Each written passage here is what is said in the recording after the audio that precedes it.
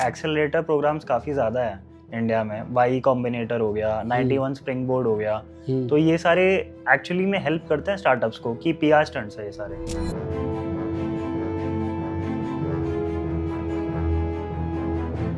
तो वो आपको थोड़ा फंड कर देंगे, मान लो 1 करोड़ 2 करोड़ रुपए दे दिए, तो आपका वो नेटवर्क भी बिल्ड कर देंगे और आपका जो इनिशियल ट्रैक्शन बिल्ड हुआ है वो आपको इनिशियल स्केल करने में हेल्प कर देंगे। काफ़ी सारे इंडियन स्टार्टअप्स होते हैं वो फेल हो जाते हैं, हाँ, तो उसका एक्चुअल रीज़न क्या होता है? कि एक्चुअल में जो आप प्रोडक्ट बेच रहे हो, do enough customers actually need that? क्या स्टार्टअप्स को प्रोडक्ट पे फोकस करना चाहिए जैसे पेटीएम ने करा, या ग्रोथ पे फोकस करना चाहिए जैसे मीशो ने करा? तो अगर आपका एक एवरेज प्रोडक्ट है बट मार्केटिंग बहुत दमदार है, तब आप कंपनी चला सकते हो। आपको लगता है कि इंडियन इन्वेस्टर्स जो होते हैं बहुत ज़्यादा कंजर्वेटिव होते हैं, अगर मैं बात करूं, क्योंकि वो इन्वेस्ट नहीं करना चाहते ग्लोबल स्केल पे, जैसे रीलेवल हो गया या स्विगी हो गया। एंड आपको लगता है कि इंडियन फाउंडर्स जो होते हैं वो इन्फीरियरिटी कॉम्प्लेक्स होता है उनमें, जैसे ग्लोबल बिलियनियर्स की बात करें, एलॉन मस्क या हम मार्क जकरबर्ग की बात करें, उनमें ऐसा नहीं होता? तो आपको लगता है कि वायरलिटी जो होता है वो लक होता है रादर देन अ स्किल? अगर हम भुवन बम को लेते हैं या मुंबई का निखिल को लेते हैं, एंड आपको लगता है कि काफ़ी सारे क्रिएटर्स होते हैं वो काफ़ी ज़्यादा झूठ बोलते हैं कि ये वायरल के लिए ये कर सकते हो, ये वायरलिटी हैक्स होते हैं, ऐसे वायरल हो सकते हो? बंदा 1 2 बार 4 बार 10 बार क्लिकबेट चीजें देख लेगा, उसके बाद उनको समझ आ जाएगा कि भाई इसकी कंटेंट आलतू फालतू ही होती है। काफ़ी सारे लोग हैं जो समय रैना, रेबल किड को देख के कंटेंट बना रहे हैं, तो उनको क्या चीज़ सही से करनी चाहिए कि कंटेंट उनका वायरल हो जाए? को टॉप 3 क्रिएटर्स कौन लगते हैं जिनके स्टोरी टेलिंग काफ़ी ज़्यादा अच्छी है? आपको लगता है क्रिएटर्स को डिस्कस करना चाहिए रेवेन्यू, बात करना चाहिए इस बारे में कि कितना क्या कमाते हैं, क्या होता है? आप 6-7 साल से कंटेंट क्रिएशन कर रहे हो, तो आप बताओगे कि कितना पैसा आता है कंटेंट क्रिएशन से आपका?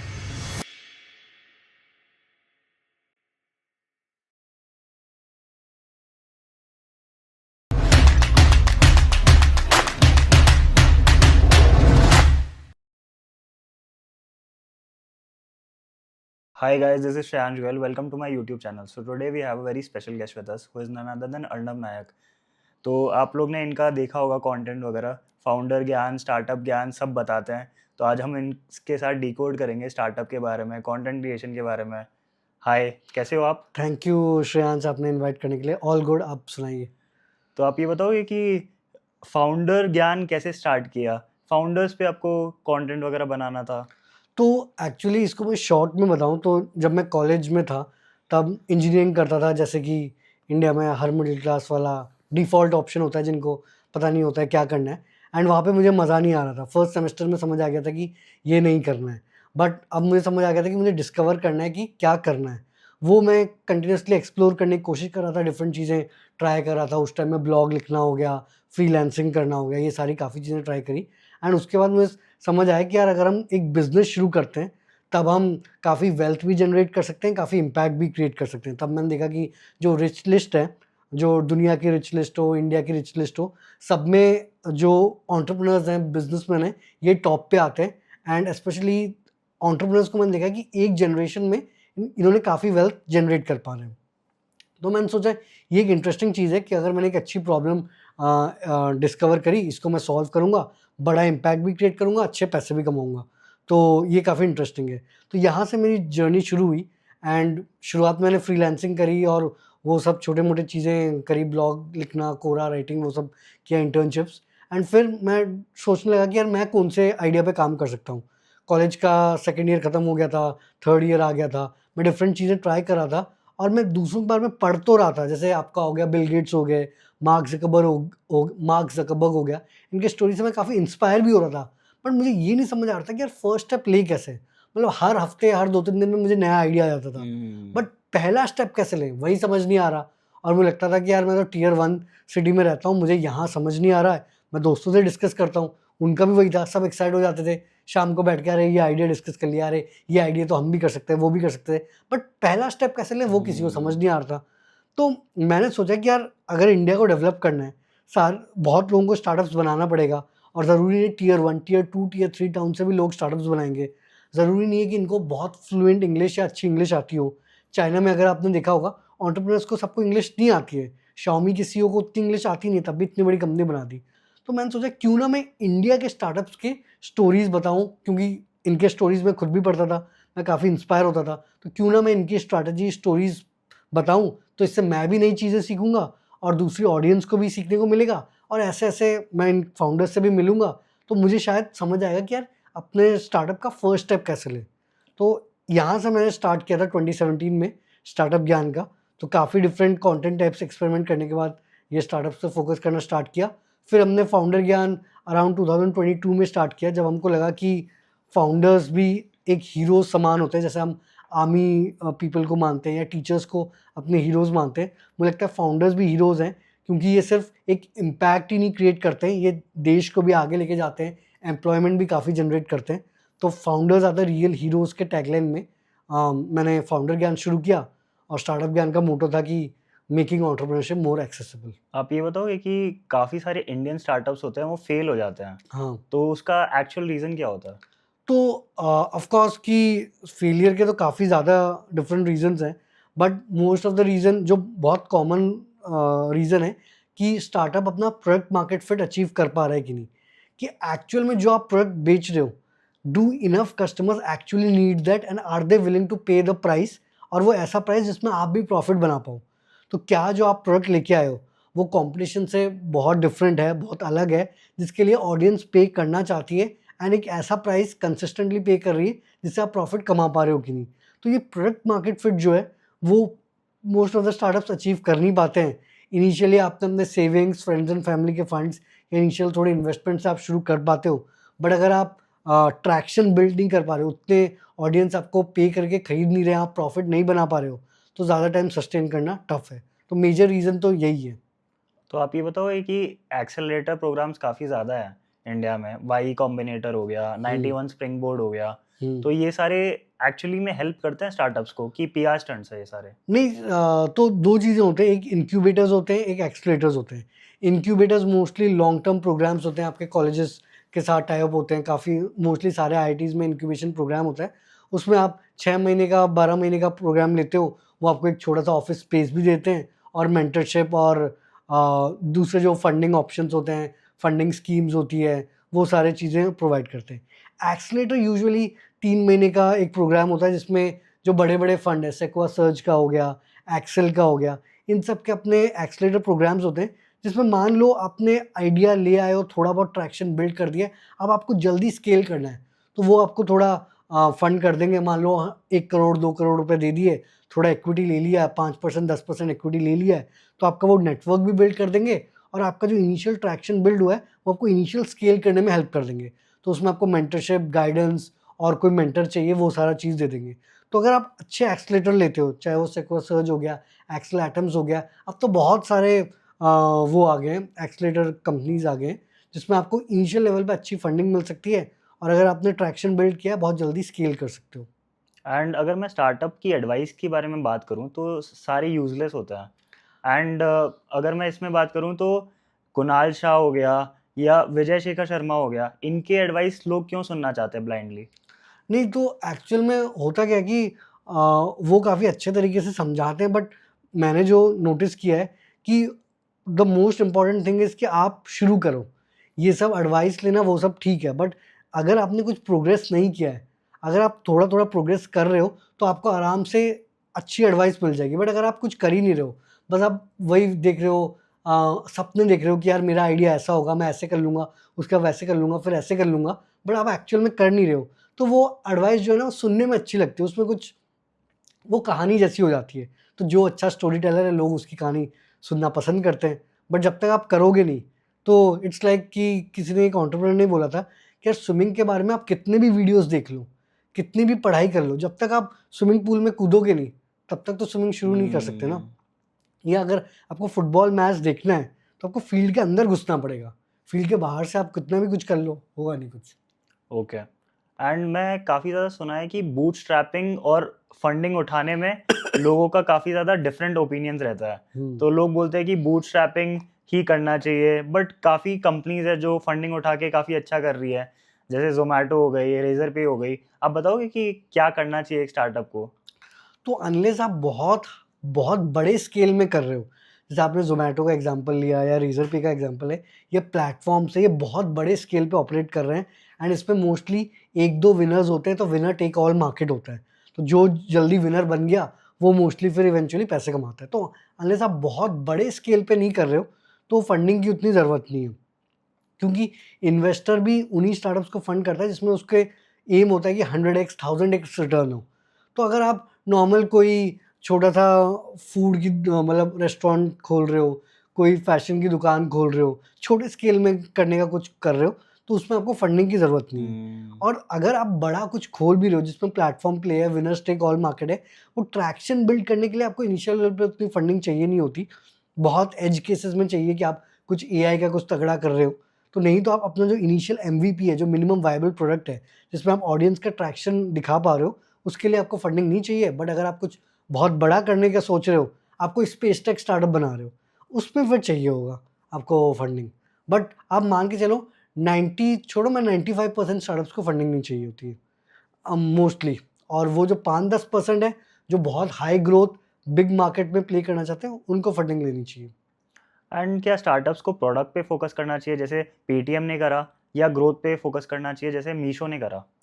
नहीं, प्रोडक्ट तो ज़रूरी होता ही है, बट एंड प्रोडक्ट पे मोस्टली हर कोई फोकस करता ही है। जैसे यूजुअली बोलते हैं first time founders focus on product, second time founders focus on distribution. But marketing बहुत इंपॉर्टेंट प्ले है। तो अगर आपका एक एवरेज प्रोडक्ट है बट मार्केटिंग बहुत दमदार है, तब आप कंपनी चला सकते हो, क्योंकि पैसा आएगा, फिर धीरे धीरे आप प्रोडक्ट को इम्प्रूव कर लोगे। बट आपका अगर गुड प्रोडक्ट है और बेकार मार्केटिंग है, फिर कंपनी चलाना थोड़ा टफ है, क्योंकि अगर ऑडियंस को पता ही नहीं है कि इतनी बढ़िया प्रोडक्ट है तो दिक्कत है। But of course her founder एक बेस लेवल का तो अच्छा प्रोडक्ट बनाएगा ही, क्योंकि अगर आपका प्रोडक्ट ही बहुत ही बेकार है, तब तो आप कितनी भी मार्केटिंग कर लो, कुछ होने नहीं वाला है। एंड आपको लगता है कि इंडियन इन्वेस्टर्स जो होते हैं बहुत ज़्यादा कंजर्वेटिव होते हैं, अगर मैं बात करूं, क्योंकि वो इन्वेस्ट नहीं करना चाहते ग्लोबल स्केल पे, जैसे रीलेवल हो गया या स्विगी हो गया? तो ये एक सब एक स्टेप बाय स्टेप होता है। पहले एक इन्वेस्टर छोटे चीज़ में इन्वेस्ट करता है, वहाँ पे पैसा बनाता है जहाँ पे उसको गारंटीड है, क्योंकि इन्वेस्टर को भी अपना रिटर्न दिखाना है। उनको भी जो जहाँ से उनको फंड मिला है, उनको उनको रिटर्न दिखाना है। तो अगर वो रिटर्न नहीं दिखा पा रहे हैं तो फ़ायदा नहीं है ना। तो इसीलिए वो स्टेप बाय स्टेप चीज़ें होती हैं। एक बार उनको फंड का रिटर्न हो गया, फिर वो कुछ-कुछ रिस्की इन्वेस्टमेंट करते हैं। अब आप खुद देख लो, ज़ोमैटो के फाउंडर, उन्होंने काफ़ी पैसा बनाया, ज़ोमैटो ने काफ़ी पैसा बनाया, तो अब वो फिर लैट एरोस्पेस वाली कंपनी में इन्वेस्ट कर रहे हैं, जो कि एरोप्लेन कंपनी है, जो कि फ्लाइट कंपनी है, जो कि काफ़ी रिस्की इन्वेस्टमेंट है। तो स्टेप बाय स्टेप इन्वेस्ट करते हैं सारे लोग। या आप देख लो फ्लिपकार्ट के बिनी बंसल, सचिन बंसल, इन सब ने पैसा बनाया फ्लिपकार्ट से, उन्होंने एथर एनर्जी में इन्वेस्ट किया, जो कि उस टाइम में काफ़ी रिस्की इन्वेस्टमेंट है। तो स्टेप बाय स्टेप करते हैं, जैसे-जैसे पैसा बनता है, फिर और ज़्यादा रिस्की इन्वेस्टमेंट्स में फंड करते हैं। तो आपको लगता है कि कुछ स्टार्टअप्स होते हैं ऐसे कि वो एग्जैजरेट कर देते हैं मीडिया को कि उनका बहुत ज़्यादा ग्रोथ हो रहा है, लाइक ओयो? तो एक्चुअल में क्या होता है कि ना, वो एक इन्वेस्टर्स ने क्या उनको प्रेशर दिया, या उनको खुद के क्या टाइमलाइन्स है। अगर उनके मान लो आईपीओ के टाइमलाइन्स हैं, इन्वेस्टर ने बोला इसी टाइम तक हमको आईपीओ चाहिए, तो वो थोड़ा प्रेशर रहता है। ऑफ कोर्स आप थोड़ा बहुत तो इन्फ्लेट कर दो, बट अगर आप कुछ गलत नंबर्स दे रहे हो तो वो फिर बाद में इल्लीगल भी है, बाद में दिक्कत भी करता है कि जो रेवेन्यू आपके है नहीं, आपके 100 करोड़ के रेवेन्यू, आप 200 करोड़ रेवेन्यू दिखाओगे तो बाद में फंस ही जाओगे। तो वो तो नहीं करना चाहिए। तो अगर मुझे एक स्टार्टअप स्टार्ट करना है, तो should I copy Uber Ola kind of thing, कि मेरे को नया कुछ बनाना चाहिए तो जैसे अन अकेडमी ने बनाया था? नहीं नहीं, तो बेस्ट वे, अगर आपको एक्चुअल में स्टार्टअप को सक्सेसफुल बनाना है, देखो अगर आपके पास कुछ, आपने एक तो है कि आप कोई कंपनी में काम करते हो, वहाँ पे आपको कोई इंसाइट मिल गया कि हाँ भाई, आप ट्रकिंग कंपनी में काम करते हो, आप ऑयल रिफाइनरी में काम करते हो, आप स्पेस टेक कंपनी में काम करते हो, वहाँ आपको एक इंसाइट मिल गया एंड वहाँ से आपने बनाया। बट दूसरा तरीका ये है कि आप ग्लोबल देखो। ग्लोबल मान लो यूएस मार्केट के में, चाइना मार्केट में क्या हो रहा है, कौन से स्टार्टअप्स को series A, series B funding मिल गई है, और आप वो सोचो कि अगर वही सेम आइडिया मैं इंडिया में इम्प्लीमेंट करूँ, क्या इंडिया में मार्केट होगी?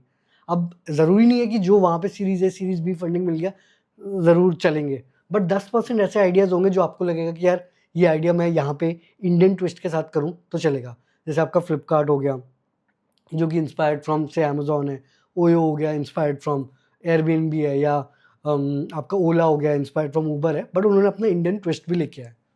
एंड आपको लगता है कि जो कंटेंट फर्स्ट स्टार्टअप्स होते हैं जैसे फर्लैंको हो गया ये फ्यूचर है या ये फैड है? देखो कंटेंट तो इम्पोर्टेंट है ही, क्योंकि आप अपने आप को डिफरेंशिएट करना बहुत टफ है। एड्स हर कोई खरीद सकता है, कितने ही एड्स खरीदोगे। और एड्स एक टाइम तक ठीक है, इनिशियल लेवल पे आपके ऑर्डर्स वॉर्डर्स आ जाएंगे, बट अगर कंसिस्टेंट आपको ब्रांड बनाना है, कुछ उस टाइप की चीज़ें करना है, तो आपको कंटेंट पे तो डबल डाउन करना पड़ेगा ही। बट वो एक स्टेप के बाद है, आप इनिशियल ऑर्डर्स लेके आओगे, परफॉर्मेंस मार्केटिंग रन करोगे, फिर आपको कंटेंट पे करना ही पड़ेगा। तो आपको लगता है कि कुछ मेंटरशिप प्रोग्राम्स होते हैं जैसे आनंद महिंद्रा का है, वो ओवररेटेड है? मुझे तो लगता है कि यार आप मोस्टली फेलोशिप प्रोग्राम्स हो गए या फिर जो एक्सेलेरेटर प्रोग्राम्स हो गए, उनमें कर सकते हो, क्योंकि उसमें एक्सेलेरेटर भी आपको फंड कर रहा है, तो वो भी सीरियस है आपके लिए। एंड आप में दम होगा तभी वो फंड करेंगे, तो आई वुड सजेस्ट कि आप फेलोशिप या एक्सेलेरेटर प्रोग्राम्स में जाओ। उसमें आपको पैसे भी मिलेंगे, मेंटरशिप भी मिलेगी, गाइडेंस भी मिलेगी, एंड आपको पता चल जाएगा कि आप में कितना दम एंड है। एंटलर का प्रोग्राम हो गया, एंटरप्रेन्योर फर्स्ट हो गया, काफ़ी सारे ऐसे हैं। एंड आपको लगता है कि इंडियन फाउंडर्स जो होते हैं वो इन्फीरियरिटी कॉम्प्लेक्स होता है उनमें? जैसे ग्लोबल बिलियनियर्स की बात करें, एलॉन मस्क या हम मार्क ज़करबर्ग की बात करें, उनमें ऐसा नहीं होता? नहीं, वो उन्होंने उधर क्या है कि उनकी बेस नीड सारी पूरी हो गई है, तो अब वो क्रेज़ी चीज़ें करते हैं। अभी हम बेस चीज़ें फिक्स कर रहे हैं, फूड डिलीवरी हो गया, ये हो गया, एंड जैसे-जैसे लोग कमाएँगे, अब मान लो ज़ोमैटो का आईपीओ हुआ, ज़ोमैटो के एम्प्लॉइज़ ने भी काफ़ी सारा कमाया। अब वो लोग भी थोड़े-थोड़े स्टार्टअप्स करेंगे, उनमें से कोई रिस्की स्टार्टअप करेगा, उसमें से फिर ज़ोमैटो फंड कर देगा। तो ये एक स्टेप बाय स्टेप प्रोसेस है। तो हमारा स्टार्टअप इकोसिस्टम काफ़ी यंग है, उनका स्टार्टअप इकोसिस्टम काफ़ी पहले से है। मतलब 1990s में अमेज़न स्टार्ट हो गया था, माइक्रोसॉफ्ट स्टार्ट हो गया था, उन्होंने काफ़ी पैसा बनाया, फिर है, तो स्टेप बाय स्टेप होगा। उसके बाद चाइना और थोड़ा इवॉल्व है, फिर इंडिया आता है, तो स्टेप बाय स्टेप होगा, टाइम लगेगा बट होगा।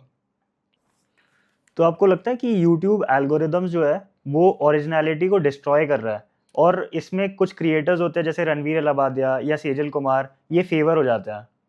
मतलब ऐसा तो नहीं होता है। Of course may be initial days में जब यूट्यूब आया था तब हो सकता होगा। अभी तो यूट्यूब इतना इवॉल्व प्लेटफ़ॉर्म है, प्लस कॉम्पिटिशन इतना ज़्यादा है कि ऐसा नहीं होता है, तो कंटेंट में दम होना चाहिए। एंड अगेन जो ओरिजिनैलिटी बोलते हैं, व्हाट इज़ ओरिजिनैलिटी? मतलब ओरिजिनैलिटी क्या, उसने ऐसा कुछ कर दिया जो कभी भी आज तक किसने सोचा नहीं था, वो बहुत डाउटफुल है। वो भी कहीं से इंस्पायर ही हुआ होगा। तो मोस्टली सब इंस्पिरेशन ही है, थोड़ा बहुत ऊपर-नीचे करते रहते हैं। तो आई डोंट थिंक ऐसा है, मतलब अगर आपके व्यूज़ नहीं आ रहे हैं तो मतलब आपने ऐसा कंटेंट नहीं बनाया है जो ऑडियंस को पसंद है। अगर ऑडियंस को आप ऐसा कंटेंट बना रहे हो जो ऑडियंस को पसंद है, वो यूट्यूब के भी इंटरेस्ट में है कि वो दिखाए, क्योंकि they want people to watch good content. तो आपको लगता है कि वायरलिटी जो होता है वो लक होता है रादर देन अ स्किल? अगर हम भुवन बम को लेते हैं या हुँ। मुंबईकर निखिल को लेते हैं। तो virality of course mostly luck होता है इनिशियल लेवल पे, बट थोड़ा बहुत आप एक्वायर कर सकते हो एज अ स्किल, कि आप एग्जैक्ट तो नहीं बता सकते कि भाई ये कहाँ तक जाएगा, बट थोड़ा बहुत आपको वो आपका मसल बता सकता है कि शायद ये थोड़ा बहुत हिट हो जाए। तो आप जब ज़्यादा एक्सपेरिमेंट्स करते हो तब आपको समझ आता है कि हाँ यार, इस टाइप का कंटेंट चल रहा है, इस टाइप का कंटेंट विल वर्क बेटर। तो वो तो ये आप स्टडी करोगे, अपना पुराना काम देखोगे, ऑडियंस का रिस्पॉन्स देखोगे, वो कर सकते हो। एग्जैक्टली 100% तो कोई प्रेडिक्ट नहीं कर सकते, बट एक्सपीरियंस क्रिएटर थोड़ा बहुत गेस कर सकते हैं कि कौन सा बेटर परफॉर्म करेगा। अगर हम MKBHD के कोलैब्स लेते हैं या स्मॉल क्रिएटर्स के कोलैब्स लेते हैं, तो आपको लगता है कि जो स्पॉन्सरशिप होता है वो ऑथेंटिसिटी को किल कर देता है? मतलब वो थोड़ा डाउटफुल है, क्योंकि बात ये है कि क्रिएटर को पैसे कमाने हैं, एंड क्रिएटर का जो रेवेन्यू है वो फिक्स नहीं होता है। अगर किसी महीने उसके ज़्यादा व्यूज़ आ गए तो उस महीने उसको ज़्यादा स्पॉन्सर्स मिल जाएंगे। तो वो भी चाहता है कि यार मैं कमा लूँ, कि ये कोई फिक्स जॉब तो है नहीं कि भाई अगले 6 महीने भी मुझे मिलते रहेंगे। तो वो भी चाहते हैं कि कमा ले। ब्रांड्स भी ये चाहते हैं कि अनलेस बहुत ही बड़ा क्रिएटर हो, लॉन्ग टर्म एसोसिएट ना होना, कि भाई मैं लॉन्ग टर्म डील साइन कर ली, 6 महीने बाद इसके व्यूज़ ना हो रहे हो। तो वो थोड़ा एक चैलेंज है, बट जैसे-जैसे प्लेटफ़ॉर्म इवॉल्व होगा, जैसे-जैसे क्रिएटर इकोसिस्टम और इवॉल्व होगा, तो फिर आई बिलीव और लॉन्ग टर्म डील्स भी आएँगे। जैसे एमकेबीएचडी टाइप्स करता है, डी ब्रांड के साथ किया है और एक वॉलेट कंपनी के साथ भी किया है, रिज वॉलेट के साथ आई थिंक। तो आपको लगता है कि जो लोग होते हैं इंडिया में वो ओवर एस्टिमेट करते हैं क्रिएटर्स की इनकम? हाँ, मतलब वो होता क्या है ना कि हर कोई टॉप वाले बंदे को देख के अज़्यूम कर लेता है कि भाई मतलब बात वही है ना कि पैरेटो प्रिंसिपल, जैसे कि 20% creators would be earning 80% revenue, but creator field में और ज़्यादा है। आई वुड से कि 10% creator would be earning 90% of the revenue. तो बंदा अज्यूम करता है कि यार सौरभ जोशी के मान लो 5 मिलियन फॉलोअर्स हैं और वो महीने का 50 लाख कमा रहा है, तो 500,000 वाला क्रिएटर महीने का 5 लाख कमाएगा। ऐसा होता नहीं है। जो टॉप वाले क्रिएटर्स हैं वो बहुत ज़्यादा कमाते हैं, तो इसीलिए लोग अज्यूम कर लेते हैं कि भाई जो छोटे क्रिएटर्स हैं या जो एवरेज क्रिएटर्स हैं वो भी बहुत ज़्यादा कमा रहे हैं। ऐसा नहीं है। उनको मतलब वही जो क्रिएटर्स कमा पा रहे हैं क्या, एक्चुअल में मोस्ट ऑफ द क्रिएटर्स नहीं कमा पा रहे हैं, वो दूसरी चीज़ें कर रहे हैं। एंड आपको लगता है कि जो एजुकेशनल चैनल्स है they are really making money, क्योंकि वो बताते हैं कि learn this in X days? तो अगेन इंडिया में अगर आप इंडिया की प्रॉब्लम समझो और आप थोड़ा उस एंगल से सोचो कि इंडिया में लोगों को नौकरी चाहिए, लोगों को पैसे कमाने, ये बड़े प्रॉब्लम स्टेटमेंट है। तो वो जो एडुकेशन वाला क्रिएटर है वो वही बोल रहा है कि भाई पैसे कमाने तो ये कर लो, तो वो उसका कुछ कोर्स वोर्स बेच रहा होगा। कोर्स थोड़े सस्ते भी होते हैं, तो एंड प्लस वो ऐसे सपने बेचते हैं कि आप पैसे कमाना सीख जाओगे, तो इसीलिए मोस्टली लोग खरीदते हैं। अच्छा कोर्स होगा तो बहुत ज़्यादा लोग खरीदेंगे, नहीं तो नहीं खरीदेंगे उतने लोग। एंड आपको लगता है कि काफ़ी सारे क्रिएटर्स होते हैं वो काफ़ी ज़्यादा झूठ बोलते हैं कि ये वायरल के लिए ये कर सकते हो, ये वायरलिटी हैक्स होते हैं, ऐसे वायरल हो सकते हो, तो वो टिप्स वगैरह भी देते हैं। नहीं तो देखो अगर वैसे झूठ बोल के तो ज़्यादा टाइम आप सस्टेन नहीं कर सकते हो। इवेंचु बंदा 1-2 बार, 4 बार, 10 बार क्लिकबेट चीज़ें देख लेगा, उसके बाद उनको समझ आ जाएगा कि भाई इसकी कंटेंट आलतू-फालतू ही होती है। बट क्रिएटर्स थोड़ा बहुत पुश इसलिए भी करते हैं कि लोग एक्चुअल को उनको भी वही चाहिए होता है कि भाई एक रात में मैं पैसे कमा लूँ, 7 दिन में पैसे डबल हो जाएँ। क्योंकि अगर कोई बोल दे कि भाई साल लगता है पैसे कमाने में, मेहनत लगती है, 8 घंटे लगता है, तो बंदा वो देखना नहीं चाहता, क्योंकि बंदा वो मेहनत करना नहीं चाहता। तो ऑडियंस भी वो हैक्स ही ढूंढ रही होती है। बट अगर क्रिएटर बहुत ही ज़्यादा एग्जैजरेट कर दे, आलतू फालतू की बातें करे, तब फिर इवेंचुअली उसकी ऑडियंस सस्टेन नहीं हो पाती है। एंड आपको लगता है कि कंटेंट क्रिएशन काफ़ी ज़्यादा सैचुरेटेड बबल है, क्योंकि आप 2018 से बना रहे हो, उस टाइम के कंपैरिजन और आज के कंपैरिजन? नहीं देखो, कंपटीशन काफ़ी ज़्यादा बढ़ा है आई वुड से, बट क्योंकि एक्सेस बहुत ईज़ी हो गया है, हर कोई कंटेंट स्टार्ट कर सकता है। फ़ोन से ही आपका बढ़िया से कंटेंट हो जाएगा। पहले कैमरा-वैमरा वो सब सेटअप लगता था। तो वहाँ से जो कहते हैं ईज़ी टू एंटर फील्ड है, एक्सट्रीमली डिफ़िकल्ट टू सस्टेन है। तो आप इतना ईज़िली सस्टेन नहीं कर सकते हो। मतलब आई बिलीव कि यार कंटेंट क्रिएशन तो आईआईटी जेईई एग्ज़ाम से भी ज़्यादा टफ़र है। अगर आपको सिर्फ कंटेंट क्रिएशन में सस्टेन करना है, मतलब आईआईटी जेईई या UPSC would be much easier than to be a successful content creator. And आपको जैसे कुछ कोलैब्स देखे होंगे, जैसे MKBHD plus mister who is the boss, तो वैसे टाइप के कोलैब्स सस्टेन करते हैं, इन्फ्लुएंस करते हैं लोगों को कि ऐसे कोलैब्स नहीं करना चाहिए? जैसे समय रैना भी अभी काफ़ी ज़्यादा कोलैब्स कर रहा है पेड स्पॉन्सरशिप के लिए, तो आपको क्या लगता है? नहीं, कोलैब सही है अगर दोनों का कंटेंट मतलब एक बढ़िया कंटेंट बन रहा है, तब अच्छा ही होता है। बट अगर आप बिल्कुल ही मतलब आप अच्छा कंटेंट नहीं बना रहे हो, तो फिर फ़ायदा नहीं है। वो दोनों मिलके एंगेजिंग कॉन्सेप्ट निकालते हैं या अच्छा वो बनाते हैं, तो ऑफ कोर्स बढ़िया रहता है। एंड क्रिएटर्स काफ़ी ज़्यादा कंट्रोवर्सी को प्रायोरिटाइज़ करते हैं फॉर देयर ग्रोथ, तो आपको लगता है ये करना चाहिए क्रिएटर्स को? अगेन शॉर्ट टर्म हैक ही है, बट अगेन ऑडियंस को भी वही पसंद है कि भाई कंट्रोवर्सी हो जाए। यार वो तो इंडिया में छोड़ो, बाहर भी वही होता है ना कि बॉक्सिंग मैच हो, केएसआई वर्सेस जेक पॉल हो गया या लोगन पॉल हो गया, तो वो एक लेवल पे थे, वो नेक्स्ट लेवल पे वही बॉक्सिंग मैच और उन सब के थ्रू ही पहुंचे ना। तो वो तो ह्यूमन, अब ह्यूमन इमोशन है ना, उनको चाहिए, वो सब देखने में मज़ा आता है, तो वो ह्यूमन इमोशन को केटर कर रहे हैं, बट उसको सही से करना इज़ वो अ चैलेंज। एंड आपको लगता है कि आजकल जो कंटेंट क्रिएटर्स होते हैं वो स्टोरी टेलिंग पे ज़्यादा एम्फसाइज़ नहीं करते हैं, वो बस मैट्रिक्स देखना चाहते हैं? स्टोरी टेलिंग टफ भी तो होता है ना। इट्स नॉट कि भाई मतलब वो सीखना पड़ता है, स्किल है, एक्सपेरिमेंट करना पड़ता है। वो ऐसा नहीं ना कि भाई कुछ भी बैठ के बोल दिया और स्टोरी टेलिंग हो गया। अच्छी story telling is a extremely high paying skill and extremely rewarding thing, जो कि इतना ईजी है नहीं। एवरीथिंग इज स्टोरी टेलिंग ना। एप्पल भी अपने आईफोन में स्टोरी टेलिंग ही तो है। ऐसा तो है नहीं कि एप्पल ही बेस्ट फ़ोन बना पा रहा है। तो everything at the end is story telling, तो वो स्टोरी टेलिंग करना भी इतना आसान है नहीं। एंड आपको टॉप 3 क्रिएटर्स कौन लगते हैं जिनकी स्टोरी टेलिंग काफ़ी ज़्यादा अच्छी है? यार ऐसे तो टॉप ऑफ द माइंड में तो मैंने वो नहीं देखा है। मतलब यार मैं तो वही है कि ऐसे कोई मैं लॉयल नहीं हूँ कोई एक क्रिएटर के लिए। मैं तो जो अच्छे कंटेंट दिखता है मैं देखता रहता हूँ वो, क्योंकि आजकल वही है ना कि subscribers don't matter, views matter. तो लास्ट 1 मंथ में क्या व्यूज़ है वही मैटर करता है। सब्सक्राइबर तो आजकल एज़ अ मैट्रिक उतना मैटर करता ही नहीं है। आपको लगता है क्रिएटर्स को डिस्कस करना चाहिए रेवेन्यू, बात करना चाहिए इस बारे में कि कितना क्या कमाते हैं, क्या होता है? मतलब वो पर्सनल प्रेफ़रेंस है, मतलब जिसको जो मन वो तो कर ही सकता है, बट ऐसा कोई वो नहीं है कि करना ही है, क्योंकि अगर कोई क्रिएटर अपना रेवेन्यू बता देता है, रेवेन्यू नंबर तो लोग अच्छे से देख लेते हैं, बट उसके पीछे की कोई मेहनत नहीं देखता।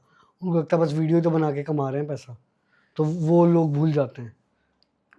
एंड आपको लगता है कि जो ब्रांड्स होते हैं वो प्रेफ़र करते हैं क्रिएटर्स को ओवर फाउंडर्स एडवाइस? देखो, मार्केटिंग के लिए तो क्रिएटर्स बेटर हैं, अनलेस कि फाउंडर ही क्रिएटर जैसा बन जाए। तो ऑफ कोर्स मार्केटिंग के लिए तो क्रिएटर्स अच्छे, अगर आपने क्रिएटर्स चूज़ कर रहे हैं तो काफ़ी बढ़िया है।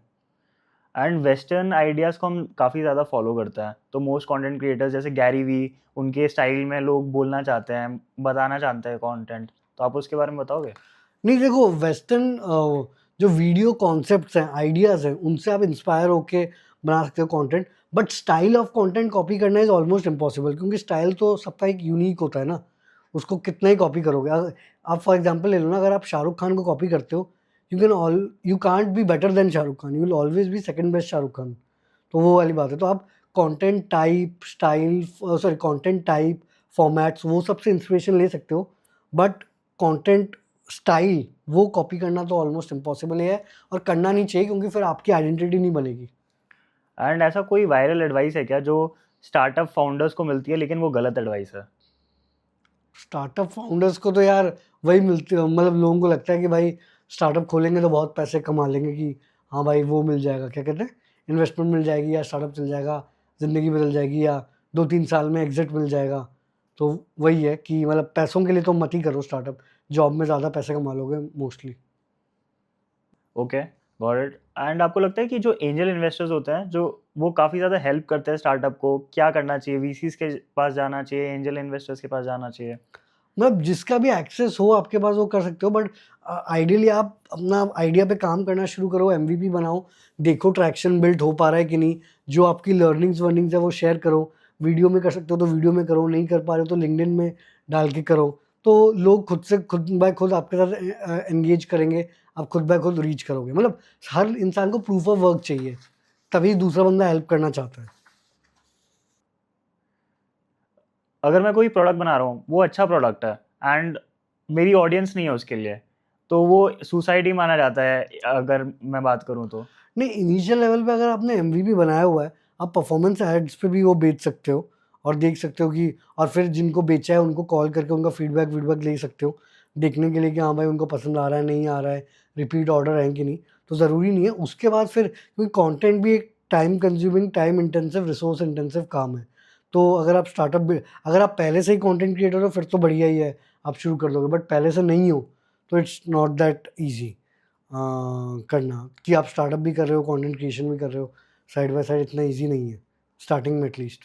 एंड आप क्या बोलते हो कि परफॉर्मेंस मार्केटिंग कैसे करना चाहिए? क्योंकि लोगों को परफॉर्मेंस मार्केटिंग करना नहीं आता। नहीं वो देखो, थोड़ा बहुत आप यूट्यूब से भी सीख सकते हो, बाकी आप एजेंसीज़ भी हायर कर सकते हो, 20% सर्विस फ़ी लेंगे, जितना भी आपका ऐड होगा, और वो प्रोफेशनल्स है वो रन कर देंगे। तो पहले तो आप इंस्टाग्राम में छोटा पेज बना लो अपने, बीटीएस क्या कर रहे हो वो सब, स्टोरी वोरी वो सब डालना शुरू करो। अगर आपकी छोटी कम्युनिटी 1000-2000 लोगों की भी बनती है, वहाँ पे आप स्टोरीज़ के थ्रू इंटरैक्ट कर सकते हो, पोटेंशियल कस्टमर से फीडबैक ले सकते हो, स्टोरीज़ के थ्रू काफ़ी कुछ बना सकते हो। उसके बाद फिर जब आपका कुछ बनता है, ऑडियंस से फीडबैक लेके काफ़ी इंस्टाग्राम क्रिएटर्स ऐसी ब्रांड शुरू करते हैं, फिर आपको लगता है कि ठीक-ठाक आ रहा है, तो फिर आप परफॉर्मेंस एड्स चला सकते हो। बट आपको कंटेंट रूट बिल्कुल नहीं पकड़ना, आप स्टार्टिंग से भी वो छोटा-सा बेसिक पेज बना के परफॉर्मेंस मार्केटिंग कर सकते हो, टेस्टिंग के लिए कि लोगों को पसंद आ रहा है, नहीं आ रहा है, क्या फीडबैक है, कैसा। एंड आप 6-7 साल से कंटेंट क्रिएशन कर रहे हो, तो आप बताओगे कि कितना पैसा आता है कंटेंट क्रिएशन से आपका? यार अगेन वही है कि आप कितना व्यूज़ उस महीने कमा पा रहे हो।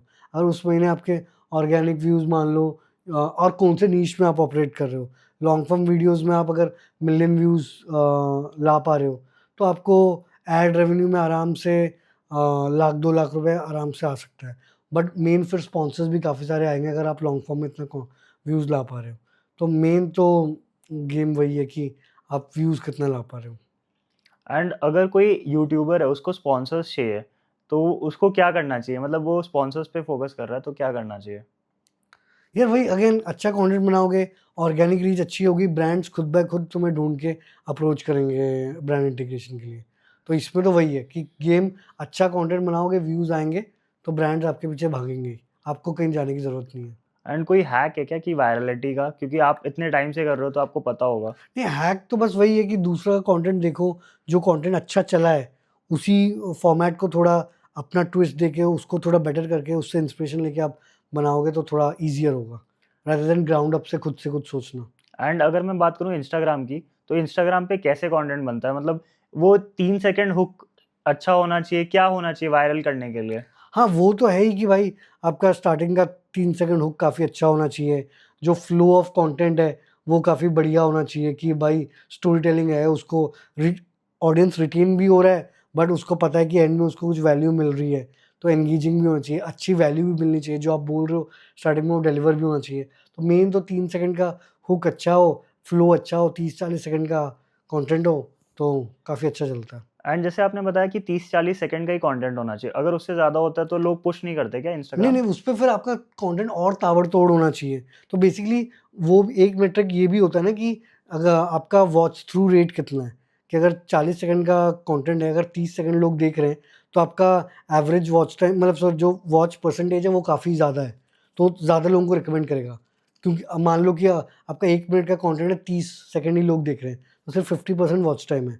बट अगर 40 सेकंड के कंटेंट में 30 सेकंड देख रहे हैं, तो लोग रिटेंशन काफ़ी ज़्यादा है, तो लोग को काफ़ी पुश करेगा।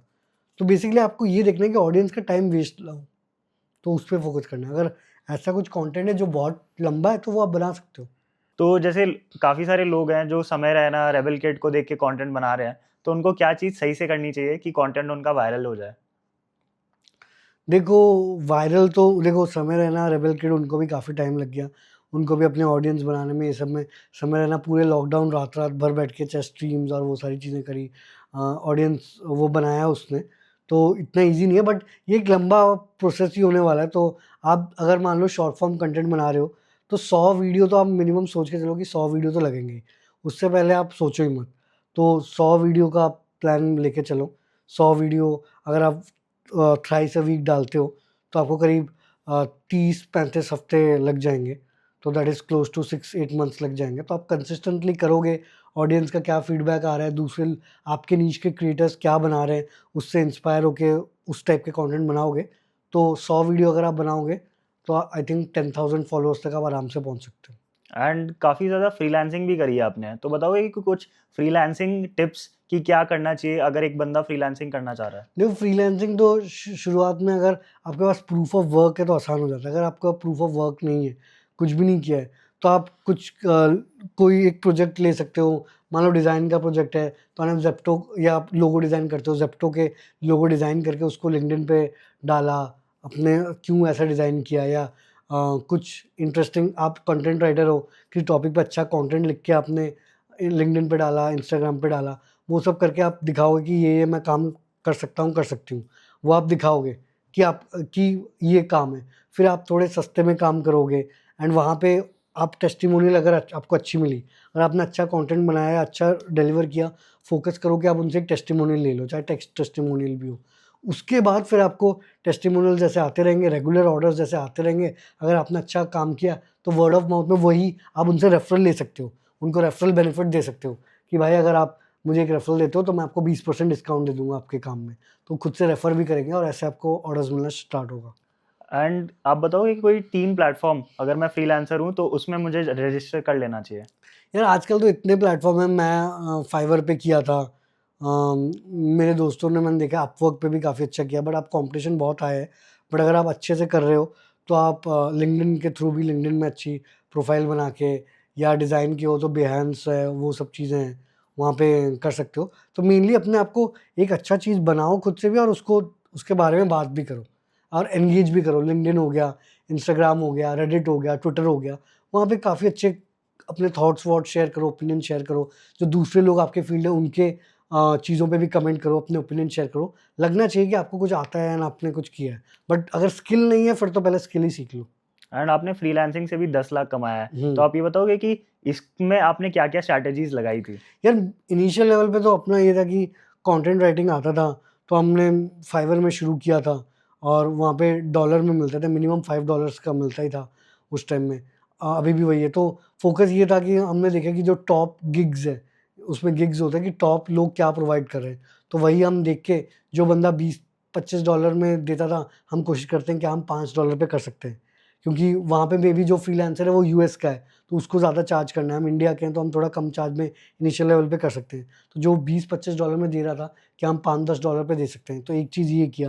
दूसरा हमने फ़ोकस किया कि अच्छे से डिस्क्रिप्शन लिखी। हमने देखा कि किन गिग्स की, किन सर्विसेज़ की डिमांड है और उस वेबसाइट पे लोग क्या सर्च कर रहे हैं। तो हमने देखा कि जो टॉप सर्विसेज़ हैं उनसे इंस्पायर होके अच्छे से पेज बनाया, कंटीन्यूअसली मॉडिफ़ाई किया, क्योंकि एनालिटिक्स वो दिखाता रहता है कि कितने लोग आपके गिग को देख रहे हैं। और तीसरी चीज़ ये करी कि यार जो मान लो टॉप बंदा है वो 4 दिन हफ्ते में डिलीवर कर रहा है, हमने कोशिश करी हम 1 दिन में डिलीवर करें। मान लो किसी को अर्जेंट काम है, वो हमसे करवा दे और हमने वो 1 दिन वाला काम अच्छे से किया, तो उसने अच्छा रिव्यू भी दिया। हमने याद से बोला कि भाई रिव्यू दो, उसने रिव्यू भी दिया और उससे जैसे-जैसे रिव्यू आने लगे, लोग और आने लग गए एंड उस बंदे ने भी रेगुलर ऑर्डर देना शुरू किया और बड़े ऑर्डर्स भी देने शुरू किए। एंड फिर हमने इसको फिर दूसरे लोगों को आउटसोर्स भी किया एंड थोड़ी छोटी-मोटी एजेंसी टाइप भी कॉलेज में बनाई। Okay, got it. Hmm. And आपको ये पॉडकास्ट पे आके कैसा लगा? नहीं, काफ़ी अच्छा लगा, काफ़ी इंसाइटफुल था। होपफुली ऑडियंस को अगर कुछ सीखने को मिले तो it will be very great and आप भी काफ़ी बढ़िया काम कर रहे हैं। तो होपफुली जैसे मैं बोल रहा था कि हमको वो रियलिस्टिक एग्ज़ाम्पल्स नहीं मिलते हैं, तो अगर यहाँ से कुछ भी 1-2 टिप ऑडियंस को पसंद आया तो it will be very great and आप तो काफ़ी बढ़िया काम कर ही रहे हैं। Thank you so much for your time, it was great having you. Same this side. Thank you Shreyansh. And अगर आप लोग को यहाँ तक वीडियो अच्छा लगा तो ये वीडियो को लाइक कर देना, और अगर चैनल पे नए हो तो चैनल को सब्सक्राइब कर देना और बेल आइकन को भी दबा देना। चलिए मिलते हैं नेक्स्ट वीडियो में। Thank you guys.